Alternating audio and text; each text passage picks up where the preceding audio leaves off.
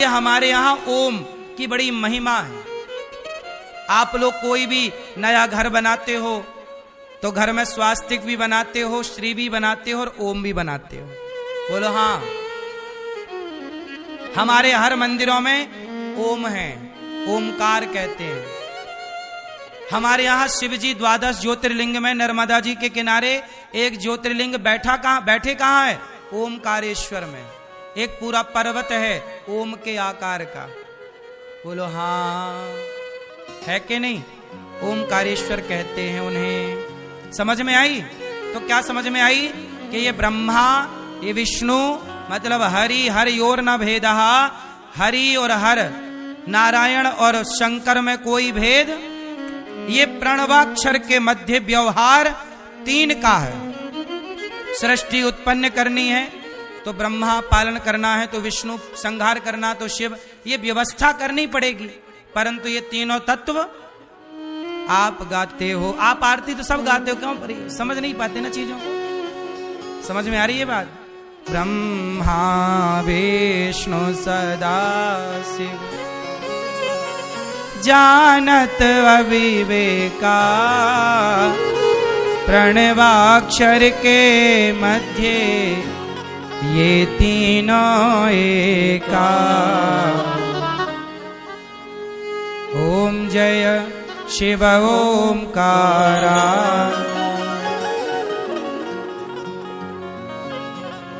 तो आप लोग समझो इन छोटी छोटी बातों को। छोटी छोटी बातों को ना समझने के कारण बहुत बड़ा कंफ्यूजन पैदा हो जाता सनातन में कि भाई भगवान, सनातन में तो इतने सारे भगवान हैं, ऐसा लोग मान लेते हैं अज्ञानवश। जबकि कोई ऐसी कंफ्यूजन है नहीं हमारे यहां, लेकिन अब जो नहीं जानता कुछ भी उसको तो है ही है। क्यों जी? बात समझ में आई? तो भगवान बिनु पग चलहि, सुनहि बिनु काना, कर बिनु कर्म करहि विधि नाना। राम अतर्क बुद्धि मन बानी, मत हमार अस सुनहि सयानी।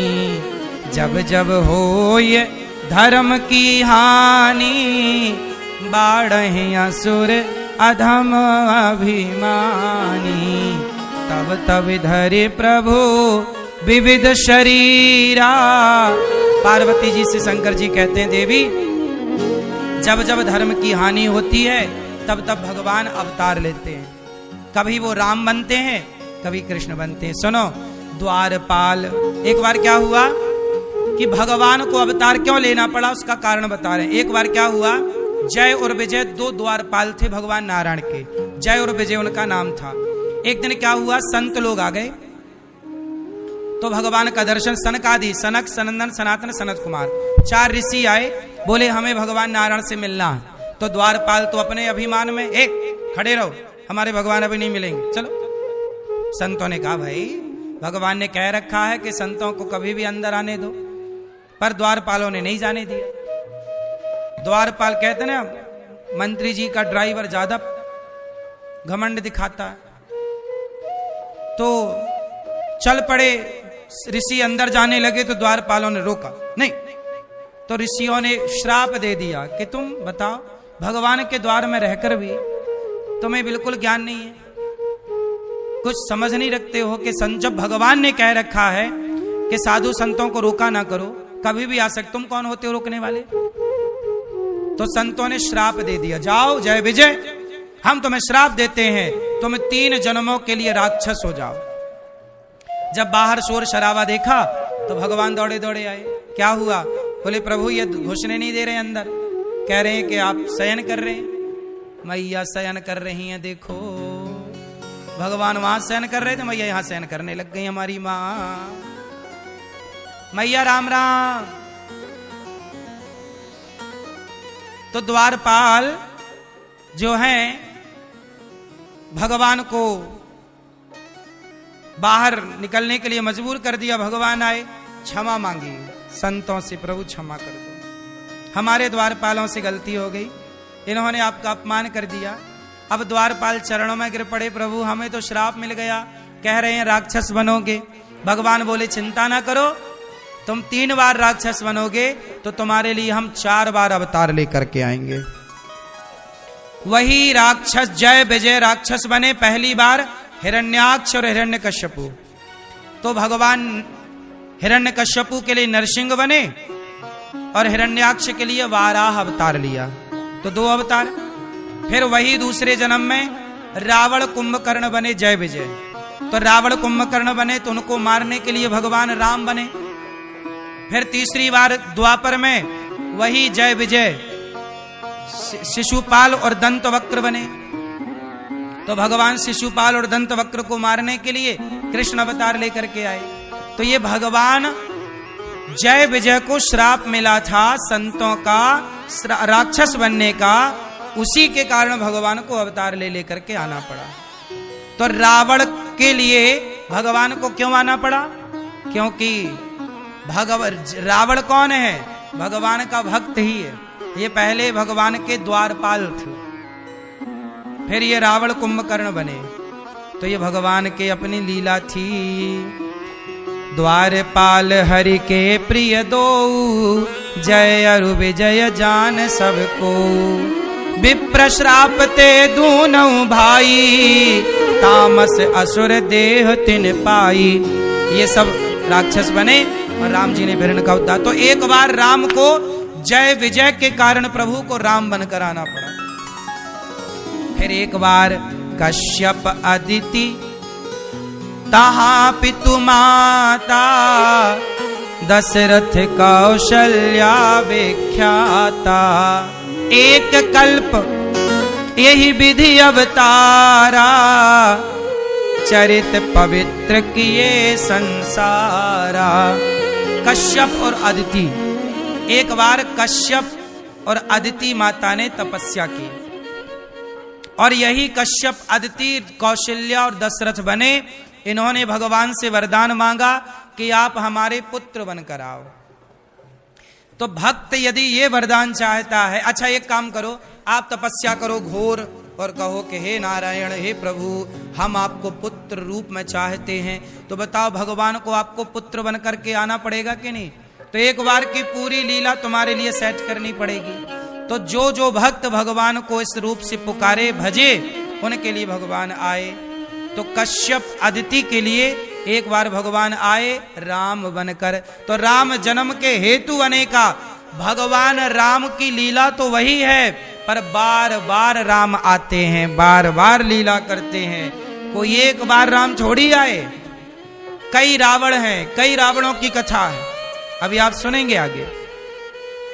तो एक कल्प, देखो कल्प कल्प की बातें हैं।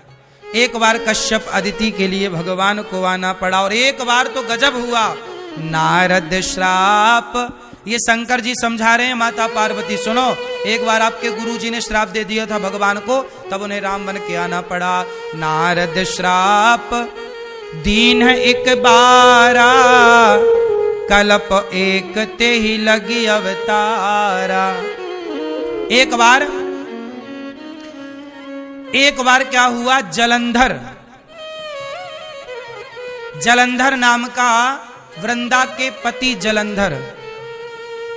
जलंधर पंजाब में एक शहर भी है जालंधर, क्या नाम है उसका? जलंधर। वहां पर वृंदा रहा करती थी, जलंधर वहीं का था।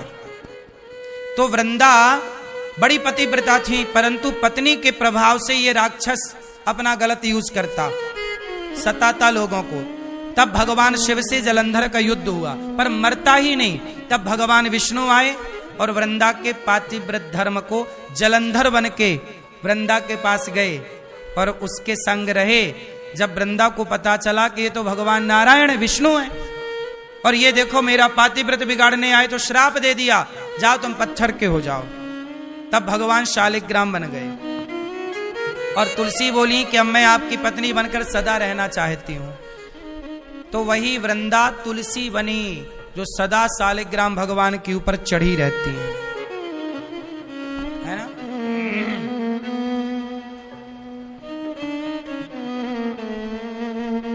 शालिग्राम भगवान के ऊपर कौन चढ़ता? तुलसी महारानी। ये तुलसी कौन है? पिछले जन्म की वृंदा। भगवान को श्राप दे दिया इन्होंने, जाओ पत्थर के हो जाओ। तब से शालिग्राम बन गए। तो शालिग्राम भगवान तुलसी के श्राप से बने। इसलिए सभी सनातनियों के घर में शालिग्राम भगवान तो होने ही चाहिए। शालिग्राम भगवान आपके घर में नहीं है मतलब आपका घर घर नहीं है।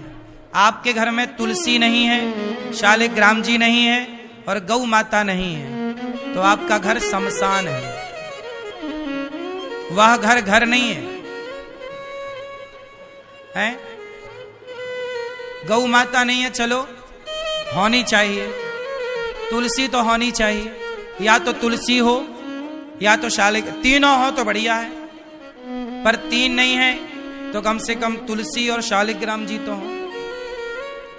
आजकल लोगों ने मंदिर में प्लास्टिक के भगवान जी रखने का युग प्रचलन चल रहा। फाइबर के भगवान, गोपाल जी फाइबर के, मैया है वो फाइबर के ठाकुर। अरे भगवान क्या हो गया तुम्हारी अक्कल को? जो मंदिर में पूजा की जाती है तो धातु के ठाकुर गोपाल जी होने चाहिए। धातु के होने चाहिए, अष्ट धातु हो या पीतल हो, सोना हो या चांदी हो।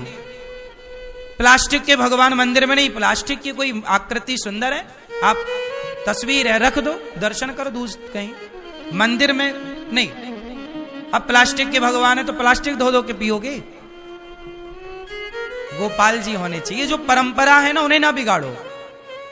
आज प्लास्टिक का युग है तो उन्हें भगवान भी प्लास्टिक के बना दिए। थोड़ा तो अक्कल हो, पर क्या करें। शालिग्राम जी होने चाहिए सबके घर, और शालिग्राम जी गंदगी से ही निकलते हैं। शालिग्राम जी जानते हो? शालिग्राम जी की पूजा पुरुषों को करनी चाहिए, गोपाल जी की पूजा स्त्रियों को करनी चाहिए। आप स्त्रियां सबकी पूजा कर सकती हैं, पर शालिग्राम जी की पूजा पुरुष करे। क्यों? क्योंकि तुलसी वृंदा माता ने कहा कि प्रभु आज से आप किसी स्त्री की पूजा स्वीकार मत करिए। तुलसी ने ये वरदान मांग लिया कि हे प्रभु आप किसी स्त्री की पूजा को स्वीकार ना करिए। इसलिए शालिग्राम भगवान, अब कोई स्त्री पूजा करे शालिग्राम जी की तो वो पाप नहीं है, पर भगवान उस पूजा को स्वीकार नहीं करते। इसमें भी तुलसी जी ने, वृंदा ने वरदान मांग रखा है, क्योंकि तुलसी जी को लगता है कि आज ये हमारे पति हैं, कोई स्त्री इन्हें छुए और कहीं ये उनसे उनकी तरफ ना चले जाएं। तो जैसे आप लोग अपने पति को बचा के रखती हो पराई औरतों से, क्योंकि पड़ोसन बिल्कुल आंखें फाड़े बैठी है तुम्हारे पति को देखने के लिए, नहीं, ऐसे ही जैसे आप अपने पति को पराई स्त्री से बचा के रखती हो, ऐसे तुलसी माता भी अपने पति शालिग्राम जी को पराई स्त्री से बचा के रखना चाहती, इसलिए किसी स्त्री की पूजा स्वीकार नहीं है। इसलिए शालिग्राम जी की पूजा स्त्रियां नहीं करती, पर शालिग्राम जी होने सबके घर में चाहिए। पति करे, बेटा करे। अब प्रश्न खड़ा है कि किसी के बेटा भी ना हो, पति भी ना हो, और शालिग्राम जी तो फिर स्त्री ही ना करेगी। उस हालात मजबूरी में देखो फिर ठीक है, वरना कहीं मंदिर हो आसपास तो वो शालिग्राम जी आप मंदिर में दे सकते हैं। हाँ? समी का पेड़ तो हो, कोई दिक्कत नहीं। समी, तुलसी, बिल्व पत्र, इनका होना शुभ है। तो जलंधर रावण बन गया। अब ऐसे वृंदा को भगवान ने स्वीकार किया, जलंधर रावण बना। फिर उस जलंधर नाम के रावण को मारने के लिए राम को अवतार लेना पड़ा। ऐसे सोचो कितने रावण हैं। जय विजय रावण बने, जलंधर रावण बना। एक बार नारद जी का मन एक स्त्री में चला गया, तो शिवगण को नारद जी ने श्राप दिया, वो शिवगण जाके रावण बने। ये कथा हम आपको सुनाएंगे कल विस्तार से, कि एक बार नारद जी का भी मन हुआ कि मैं विवाह कर लूं। नारद जी भी विवाह करने का मन बनाए। फिर क्या क्या हुआ हम आपको सुनाएंगे। बस आपसे ये कहेंगे कि भगवान की हरि अनंत, हरि कथा अनंता। तो भगवान ने जलंधर जब रावण हुआ तब जलंधर का उद्धार करने के लिए भगवान अवतार लेते हैं। नारद जी का मोह भंग किया भगवान ने, नारद जी पर कृपा की। इसके बाद एक और प्रताप भानु नाम का एक राजा, श्राप के कारण रावण हुआ और फिर रावण का उद्धार करने प्रभु आए। ऐसे अनेक अनेक चर्चाएं हैं भगवान के अवतार की। भगवान क्यों आते हैं? जब जब हो ये धर्म की हानि, बाढ़े असुर अधम अभिमानी, तब तब धरि प्रभु विविध शरीरा। तब तब भगवान विविध अवतार लेते हैं और यहां पर लीला करते हैं आकर के। प्रिय भक्तों, जब जब धर्म की हानि, धर्म की हानि किसे कहते हैं? मां नहीं मात, पिता नहीं देवा, साधुन सन करवा वही सेवा। कलयुग आएगा तो कलयुग में क्या होगा? मां नहीं मात। कलयुग के लोग अपने माँ बाप को नहीं मानते, माँ बाप की पूजा नहीं करते, माँ बाप का आदर नहीं करते, सम्मान नहीं करते। जब माँ बाप का आदर नहीं करोगे तो यही तो धर्म की हानि है। इसलिए खूब माँ बाप का आदर करो, माँ बाप की सेवा करो,